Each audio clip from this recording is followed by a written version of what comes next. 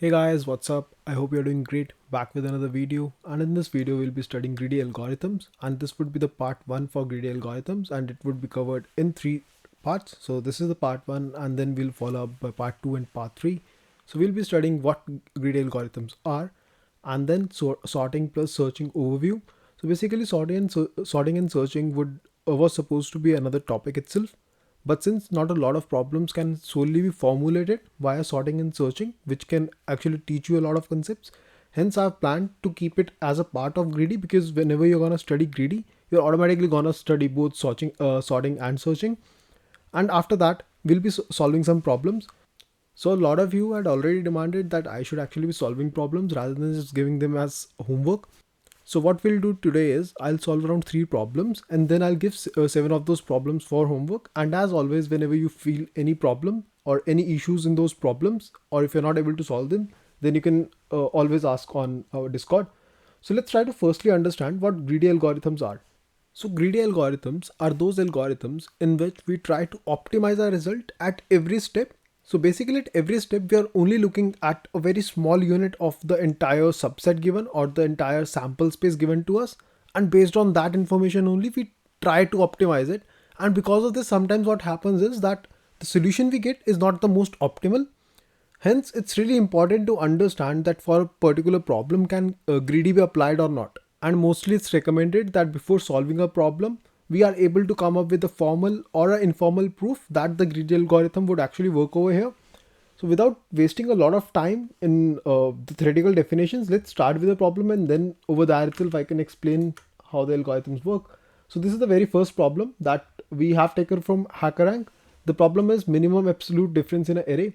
The problem states that the absolute difference is the positive difference between two values a and b.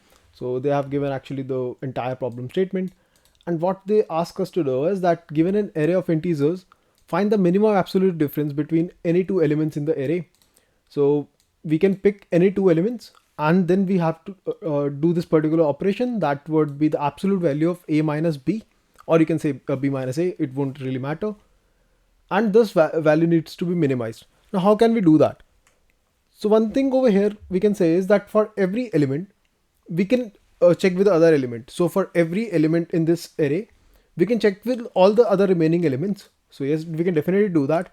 And what would be the complexity of this particular algorithm if we code it this way? So for every element we are checking with another element, so the complexity would essentially be order of n square. Let's try to code this up. And obviously this is not the greedy solution, this is essentially the brute force solution. But yeah, the answer would be correct, but it would TLE, because if you remember from the time complexity analysis video we discussed over there, that a n-square solution would not pass if your n is going up to 10 to power 5, and the brute force solution that we are just discussing over here right now would actually be order of n-square solution. But still, let's try to code it up first. So what I can do over here is I'll firstly define the size.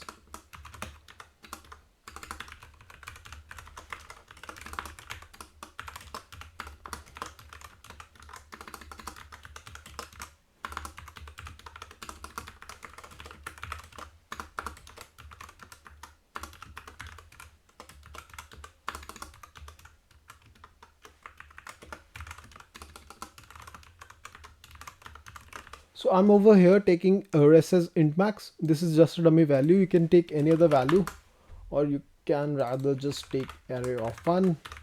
Basically the difference between the first and the 0th element. Let's take the absolute values. So we do have a abs function in C++ which would return the absolute values. And over here I can say res is equal to minimum of res abs of array j minus array I. It really won't matter. The order won't matter over here because it's the absolute values. And at the end we can just return res. Let's try this out.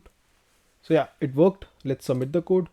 So yeah, it gave a time limit exceeded on 2 of the test cases because our algorithm was not optimal. It was correct, but the time complexity of the algorithm was order of n square, which definitely would not pass with the given constraints. So what other thing can we do over here? So over here we can actually use a greedy algorithm. Let's try to understand it in the iPad. Now in the problem, I'm given a few elements. Let's take an example. Let's say 2, 6, 4, 10, 9, something of this sorts.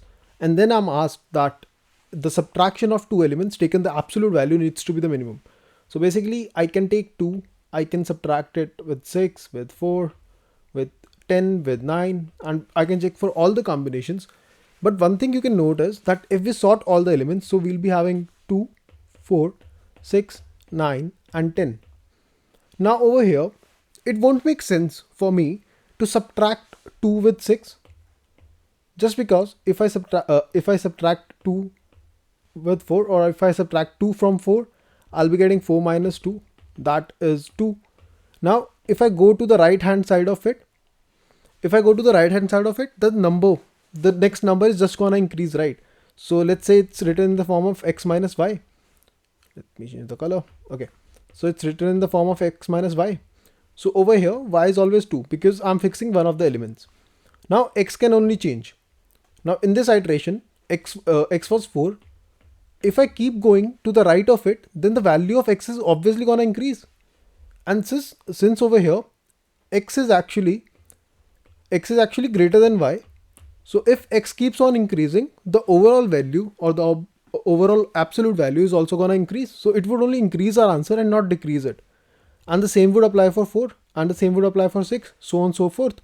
So what I can say is, if the list is sorted, right, if I sort the list, then I just need to subtract the current element and the element just to the next of it, right? So I'll be only talking of pairs. So let's say the elements are x, y, z, a, b, c. So I'll do a x minus y, then I'll do a y minus z, then z minus a, then a minus b, then b minus c. And this would always and always give me the correct solution. The reason being, because let's say for a particular element or a random element over here, let's say for a, I'm checking z minus a as well as a minus b. So z minus a would give me some value and a minus b would give me some value, right? If I go to the left of z, then it would be y minus a. Now y minus a, absolute of y minus a would always be greater than absolute of z minus a because of the same reasons. And same trend would also follow over here. If you still have a doubt, you can write any random numbers or a few random numbers. You'll actually be able to make sense out of it. Cool. So with that, let's try to code this particular solution up that we just discussed. All right, over here, what I can do is I'll say that, okay, initialization of res is fine, but now I need to sort my array. So I'll say sort array begin, array end. So this is the way you sort in C++ STL using STL. And now I can say, so I'll start it from 1 and I can update my res as min of res of array I minus array I minus 1. Or you could do it, you can start it from 0 to n minus 1, and over that then you could have done array of I plus 1 minus array of I. Anything would work over here.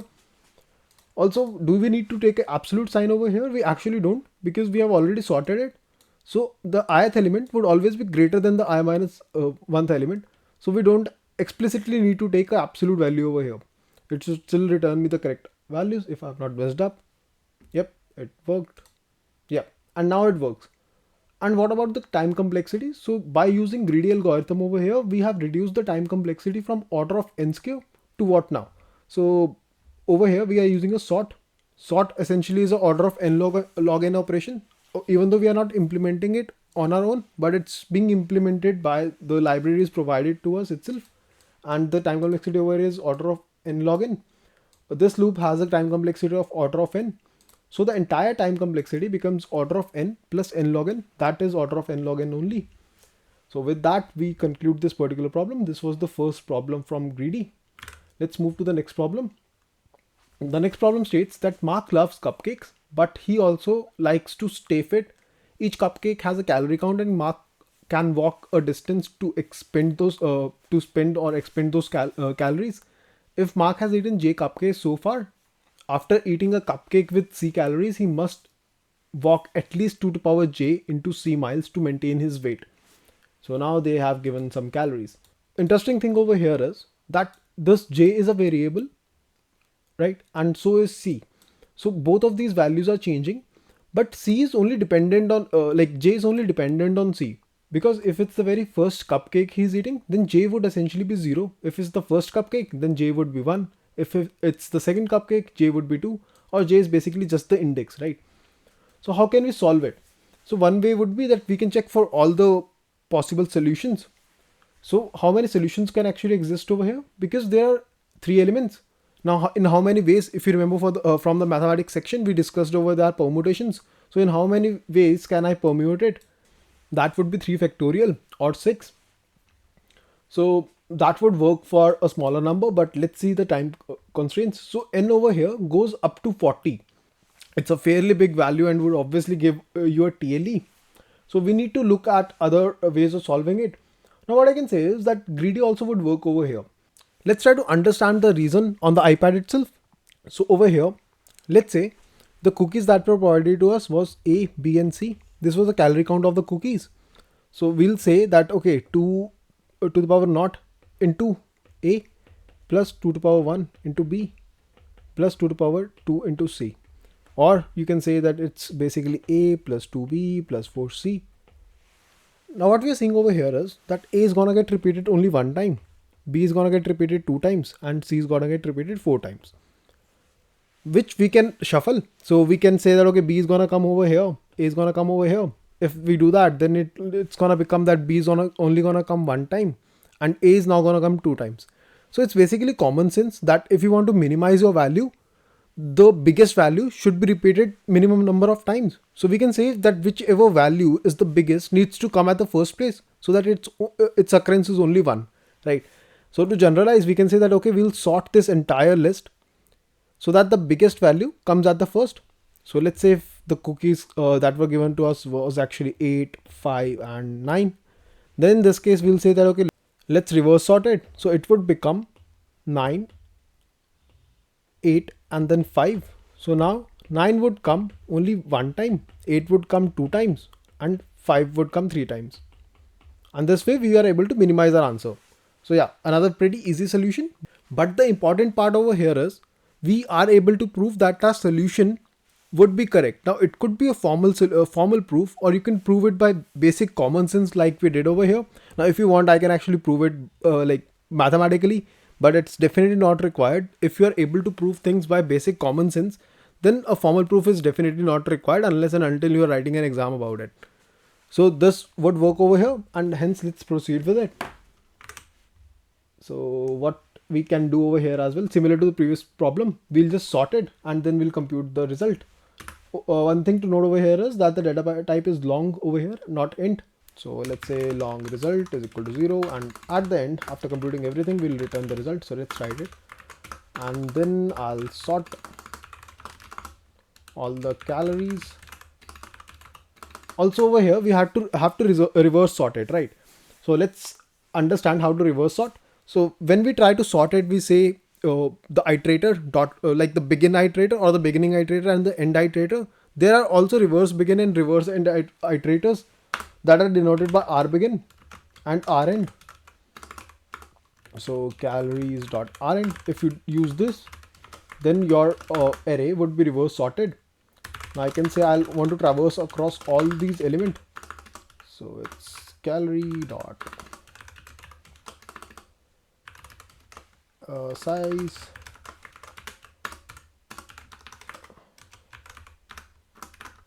if you remember from the bit masking section, over there we discussed the left shift operation. So we are essentially going to perform a left shift operation over here because we are dealing with the power of 2's, and we discussed that in order to calculate 2 to power I, we just need to left shift 1 by I units. So that's exactly what I'll be doing over here. So if I write 1 LL, the reason to mention LL over here is to avoid overflows, right? Because integer can only hold up to 2 to power 32 minus 1. But over here, I can go up to 40, which would make the integer overflow. And when you simply write 1, that basically means the int 1. So in order to denote the long one, we write 1 LL, left shifted I times, multiplied by whatever the calorie count is. So calorie of I, and after that we are obviously returning the result. Let's try to run this. All right. Yep, we did a typo. Let's solve that. Calories. Okay, we made calories. It was calorie. Yep, the two test case worked. Let's submit the code.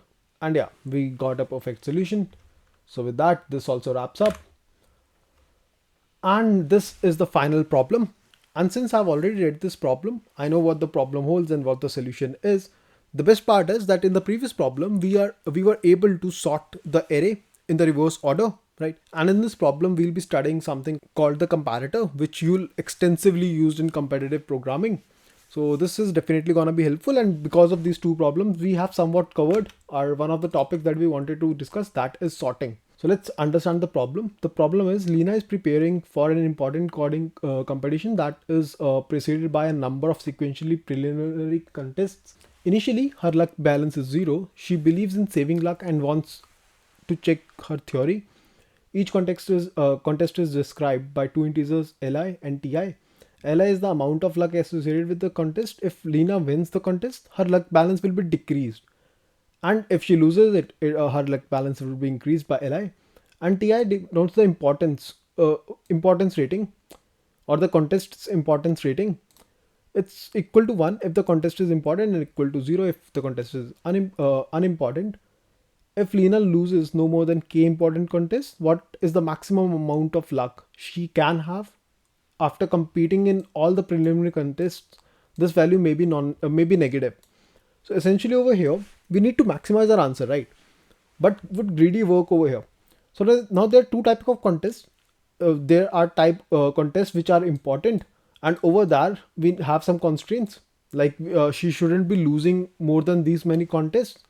But for the contests which are not important, we can lose all of them, right? So at least for the contests which are not important, we can say that okay, we are going to lose all of the contests and we are going to increase our luck, right? So one of the cases sorted. Now we need to talk of the contests which are actually important. And by losing those contests, we need to make sure that we are also maximizing our answer.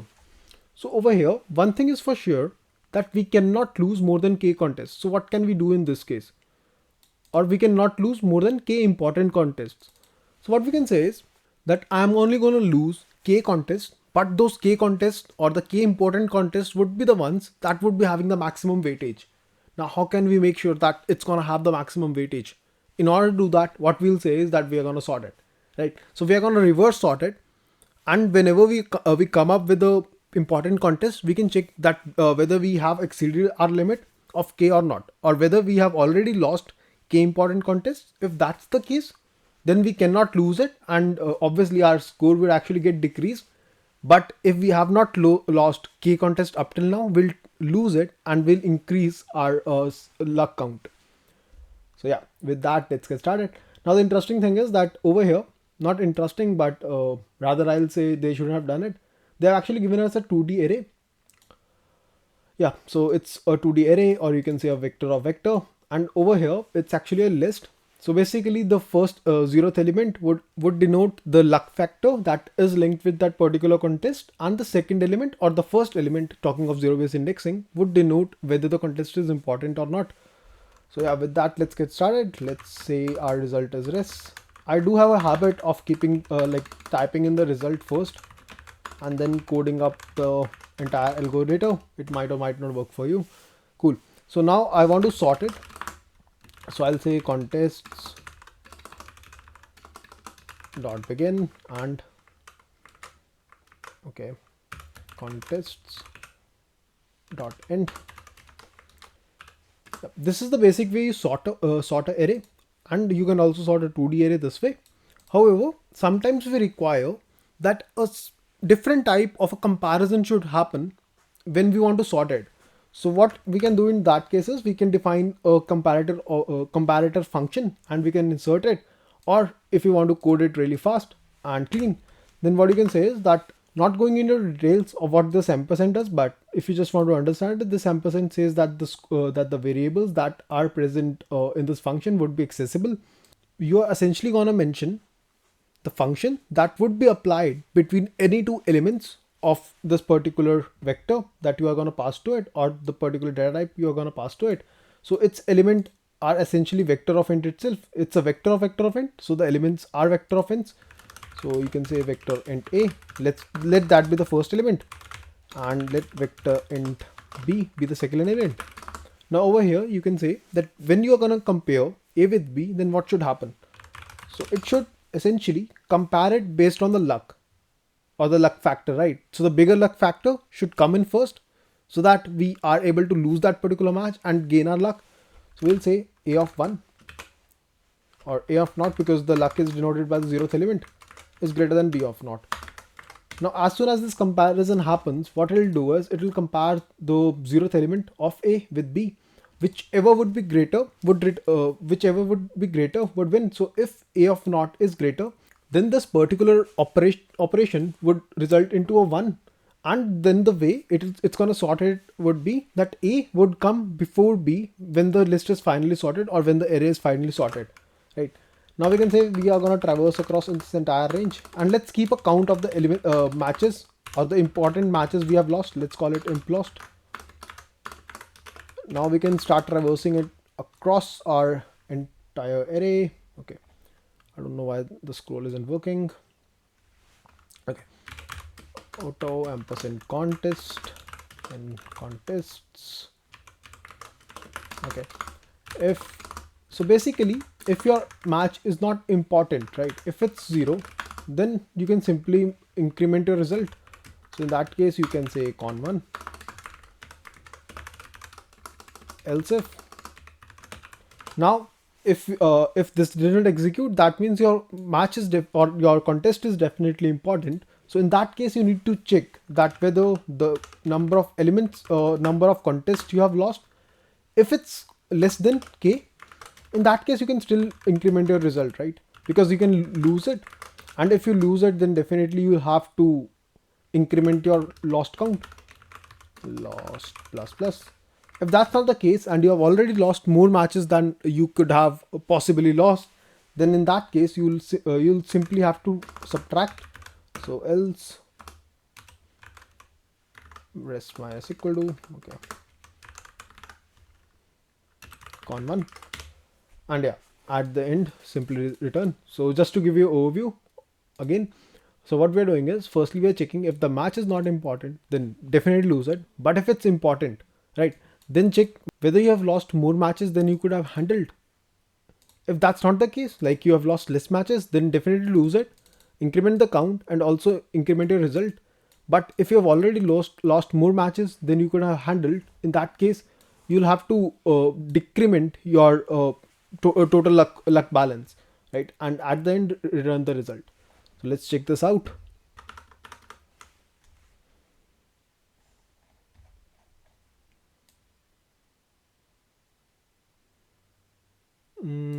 I messed up somewhere.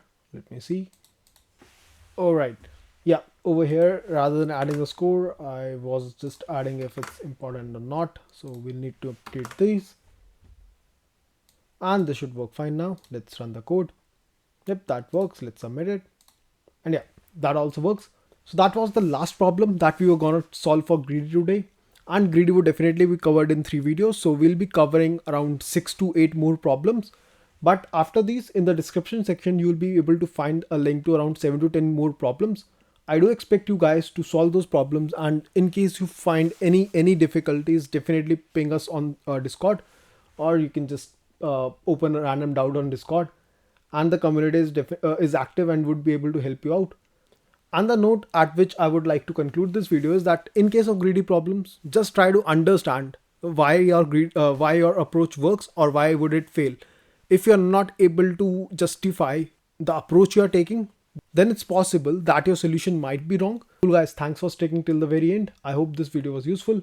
If you still have any feedbacks or the ways in which I could improve teaching, definitely let me know.